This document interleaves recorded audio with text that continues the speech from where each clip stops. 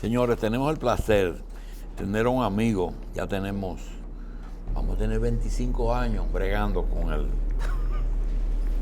doctor, el señor Edwin Parazón. Edwin Parazón fue un pastor anglicano, sacerdote anglicano de la Iglesia Episcopal Inglesa.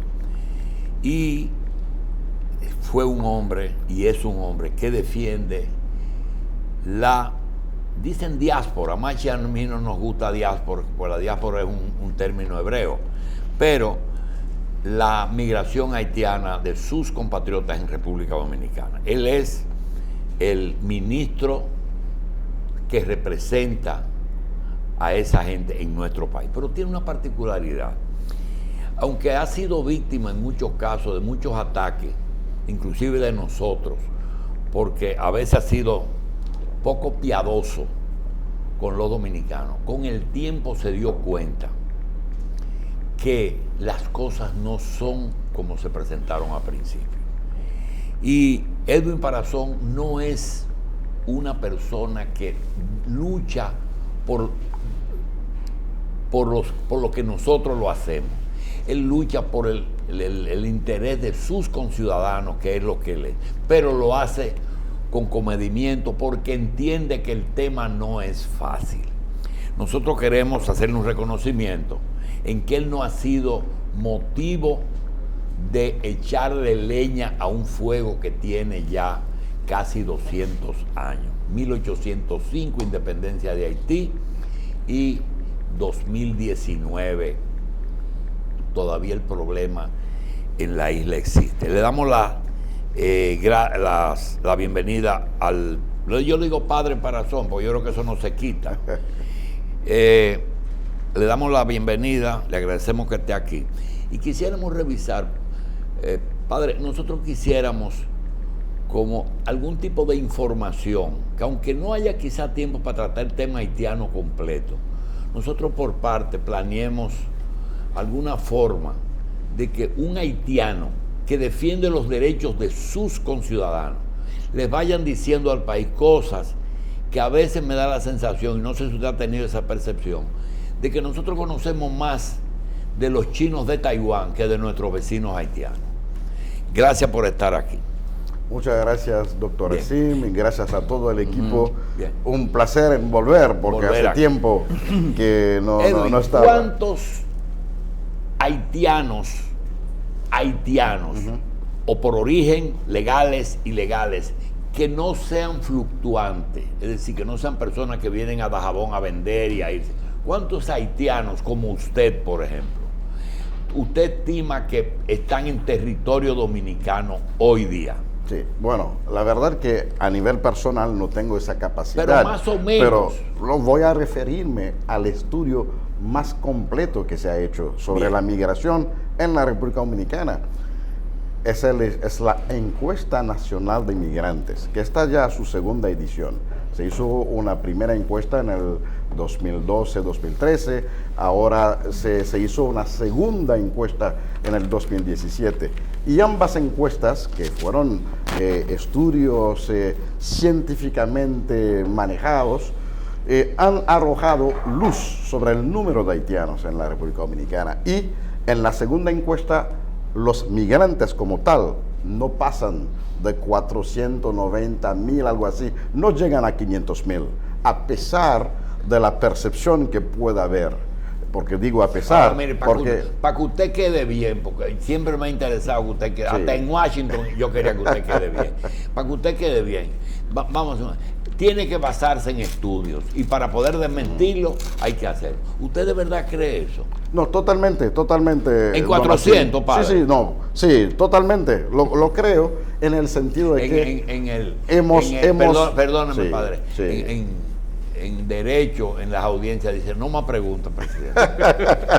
Pero de todos modos, me refiero al estudio que se ha hecho. Doctor. Sí, padre, mire. Sí. 200 y pico de mil, ¿usted cree que legalizaron su situación aquí? No. Entiendo que ha sido un esfuerzo extraordinario, sin precedente, de parte de la administración Medina, lo que se desarrolló como programa de regularización de los inmigrantes de manera general y que benefició de manera particular a la comunidad haitiana.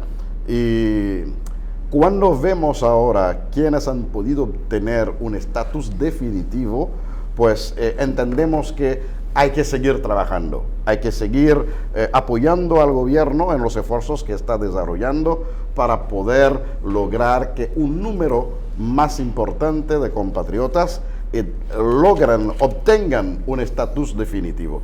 Comenzando, por ejemplo, por los pensionados del Consejo Estatal del Azúcar.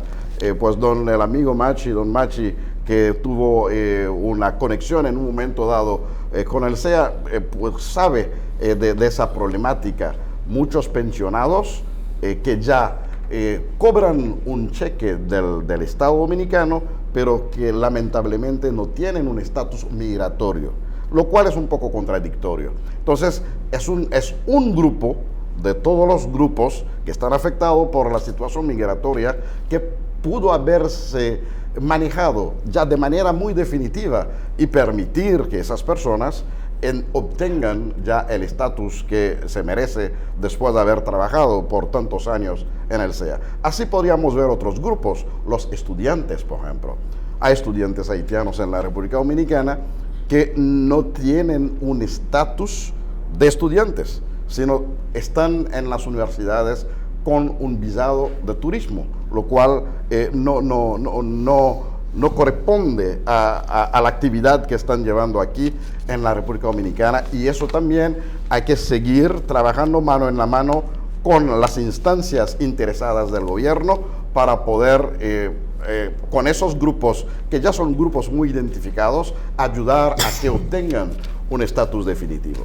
Señor Price, usted que ha tenido mucho tiempo residiendo en el país como representante de uno de los gobiernos, ¿cree usted que en el país se maltrata a sus compatriotas y que eso da pie a que se denuncie en los organismos internacionales?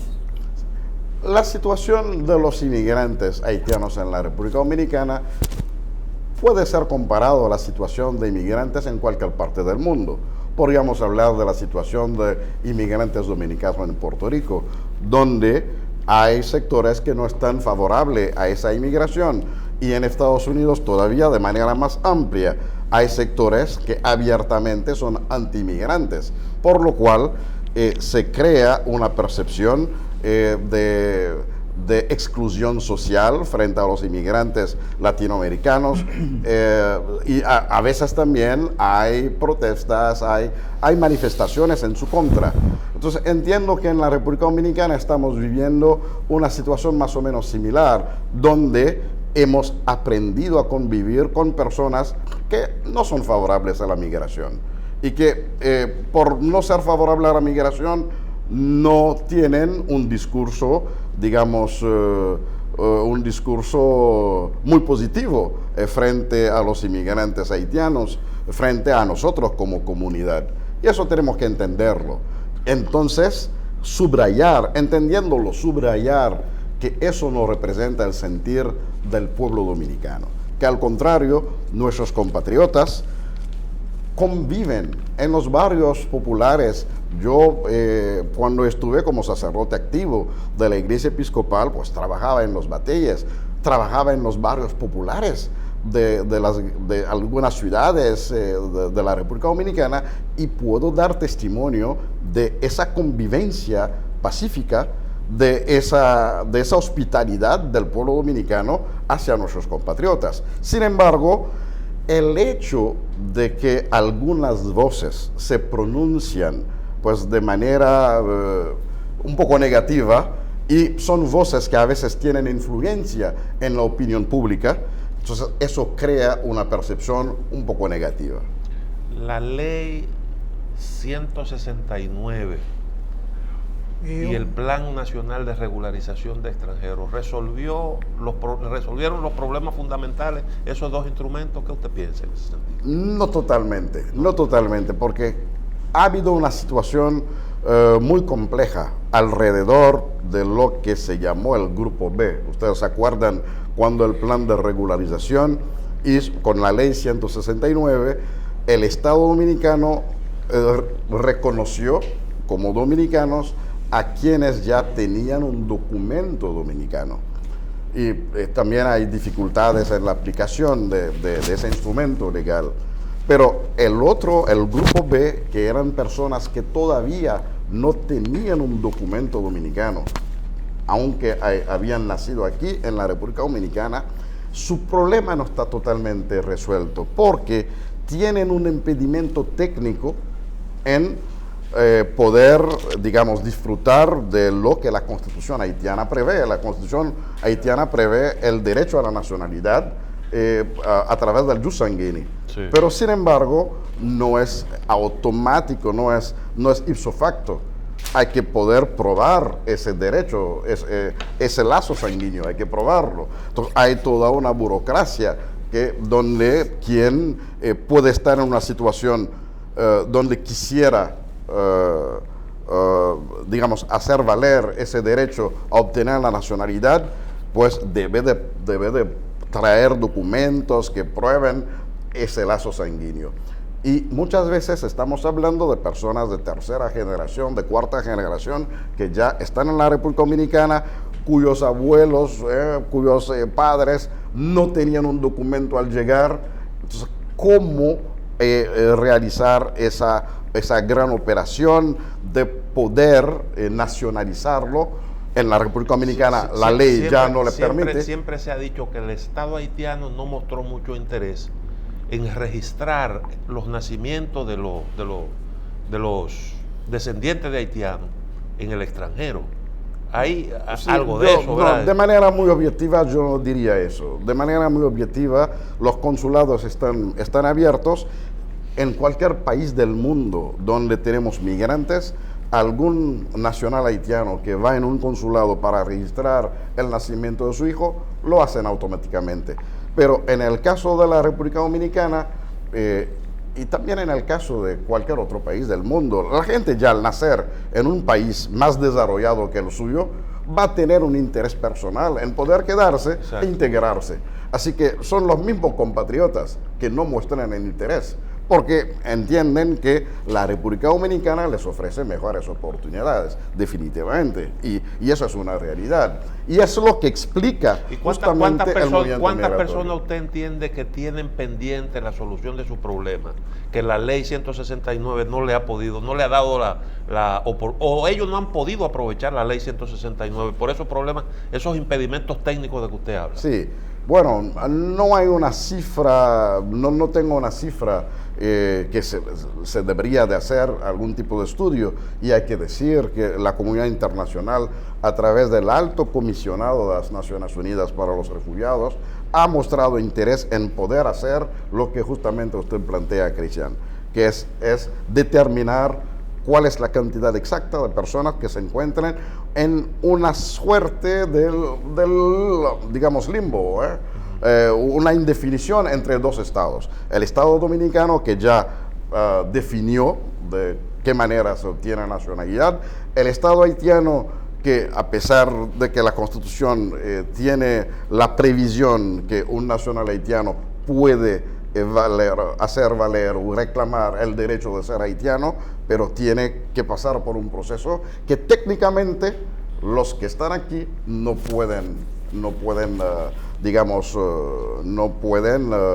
responder a todos los criterios. En el caso de República Dominicana, frente a esas mismas situaciones, se ha sido muy crítico, pero no así con respecto al Estado haitiano, que se supone que debe tener algún interés en facilitarle las cosas a sus nacionales residentes en el extranjero. No, yo personalmente, nosotros por ejemplo en la Fundación lo hemos criticado, aquí están los archivos de prensa, lo hemos dicho, cuando el plan de regularización se inició, lamentablemente el gobierno haitiano no respondió presente.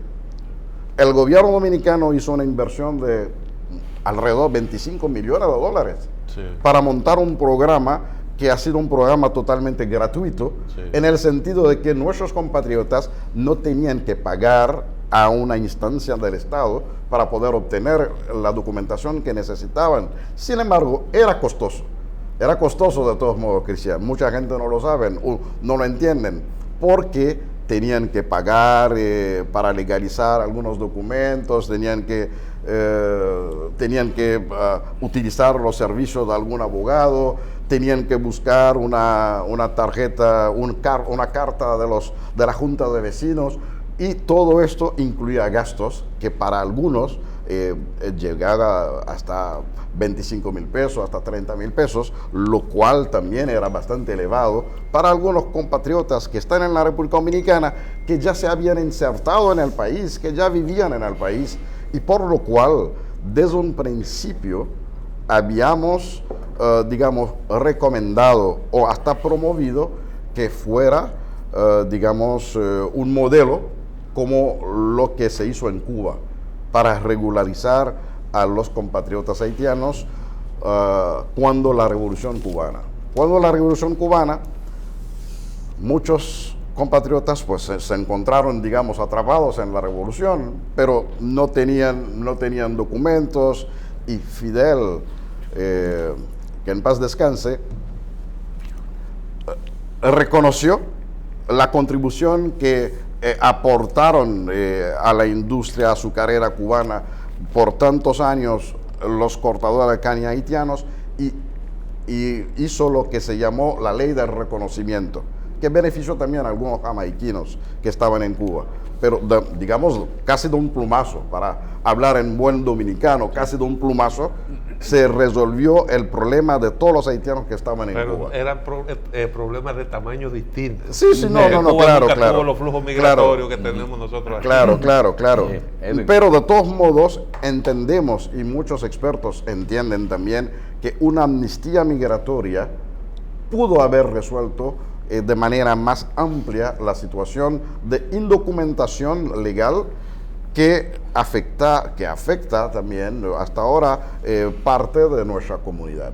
Siempre y cuando, y eso insistimos mucho en ese aspecto, que el mismo gobierno dominicano debía haber promovido un acuerdo de cooperación con Haití. Es decir, antes del inicio del plan de regularización, es implicar a Haití para que se entienda que se espera del Estado haitiano que responda en cuanto al otorgamiento de facilidades de documentación. Los pasaportes nunca llegaron a tiempo, había muchos problemas del lado haitiano, sin mezclar dos situaciones. Hay la situación que es una responsabilidad del Estado haitiano del otorgamiento de pasaporte. Hay otra responsabilidad que tiene que ver con la problemática de la nacionalidad, que padre, ya es otro problema. Padre, todavía no responden. No. Todavía no responden. ¿Qué exactamente? Otorgarle algunos documentos. Sí, todavía el Estado no responde. Sí, yo estoy de acuerdo. Sí, yo estoy de acuerdo. Mi papá llegó aquí en el 1920 y todavía yo guardo el carnet de migración de la República Dominicana, que él lo pagaba todos los años. El pasaporte de mi papá, yo lo guardo todo eso. Sí. Él venía de Antigua. Sí. Entonces, el gobierno de Antigua, que era un gobierno del Commonwealth, se preocupaba por ese tipo de diligencia. ¿Cómo que Haití, con tantos intelectuales y tanta riqueza que no se distribuye, no iba a entender que tenía que tener un tono de legalidad en la relación con la República Dominicana? Lamentablemente nosotros hemos tenido esa misma lectura crítica, querido Machi, frente a la irresponsabilidad que han expresado muchos de nuestros dirigentes. Y eso no es de hoy, Bien. Señor Parizón, nosotros con regularidad repasamos la prensa haitiana y vemos que muchos se centran en lo que es básicamente hay una lucha que toma cierto matiz político respecto a cuestionar ¿dónde fueron a parar los fondos de Petrocaribe? También vemos, en estos días vi un comentario, un editorial de un medio que decía, van a reconstruir más rápido la Catedral de Notre Dame que los mismos que dijeron que iban a reconstruir, a dar dinero para reconstruir Haití, van a reconstruir más rápido la Catedral de Notre Dame que lo que se ofrecieron hace muchos años atrás a reconstruir aquí en este país. Entonces, lo que es la ayuda internacional y el atraso en los planes de reconstrucción es un discurso político, además de ser una realidad palpable, o es algo que realmente que no es un discurso de oposición solamente allá en Haití. No, hay un problema serio. El expediente Dossier Caribe es un expediente que, digamos, hace unos 9 meses domina la actualidad haitiana. Entonces, es como, por ejemplo, el impacto internacional que tiene el dossier Odebrecht. Sí. Y en Haití es un tema de preocupación de la sociedad civil que se ha movilizado para que quienes pudieran haber sido responsables de malversaciones en la gestión de esos fondos, pues respondan ante la justicia.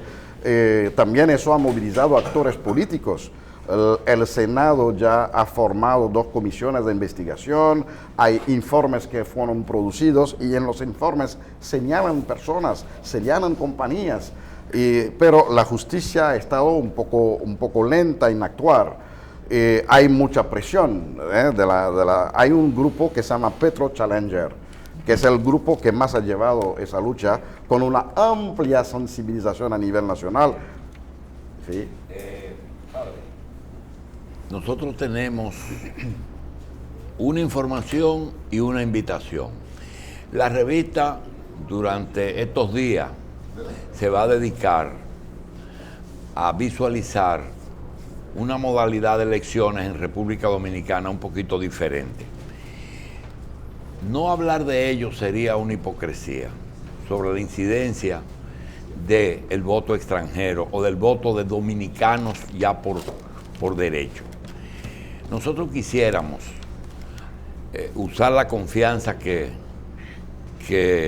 la amistad nos permite para pedirle lo siguiente. Primero, que en un momento estarán aquí unos conocedores del sistema electoral y queremos que usted sea participante, no expositor, sino como parte de nosotros. No solamente ahora, sino cuando se trate del voto, por lo siguiente. Hace unos días, mi familia fue visitada por una persona que vino del Líbano. ¿Qué tiene que ver eso con el problema dominicano? El problema es que mis 4 abuelos, los 2 maternos, son libaneses, los 4. Y hay herencias y posesiones pequeñas, pero que son de la familia. Y la visita consistía en algo que es el motivo del próximo programa que usted va a estar, después de edificarse en lo electoral, que es lo siguiente. Nosotros queremos que ustedes, los descendientes de libaneses ortodoxos, porque allí hay un sistema religioso mixto, apliquen, porque va a haber un decreto que va a permitirle a los hijos de extranjeros ser libaneses. ¿Y por qué? Dice, primero, porque la Constitución Dominicana permite la doble nacionalidad. Y segundo, porque hay un grupo islámico que está tomando mayoría y pronto tendrán que quien va a elegir las autoridades en el Líbano va a ser un grupo no tradicional islámico que comenzó con unas migraciones de tipo política, gente que se movió de Palestina, que se movieron de algunos países que tenían crisis y hoy son mayoría. Creo que Hezbollah es el que está tomando el poder. Y me llamó la atención y estamos discutiendo la posibilidad si queremos nosotros hacer mayoría ya de cristianos, lo que significa que posiblemente Si son 400,000 no hay problema, pero si son 4 millones, el presidente lo pone usted, aquí en República Dominicana. De manera que nosotros quisiéramos hacer una invitación solamente a cambiar de asiento, porque queremos que usted participe en una conversación de tipo institucional, que quizá hoy no sea básica, porque hoy van a tratar temas muy locales, pero queremos que usted se vaya edificando, porque casi lo vamos a hacer miembro de la revista. Gracias, padre. Con mucho gusto.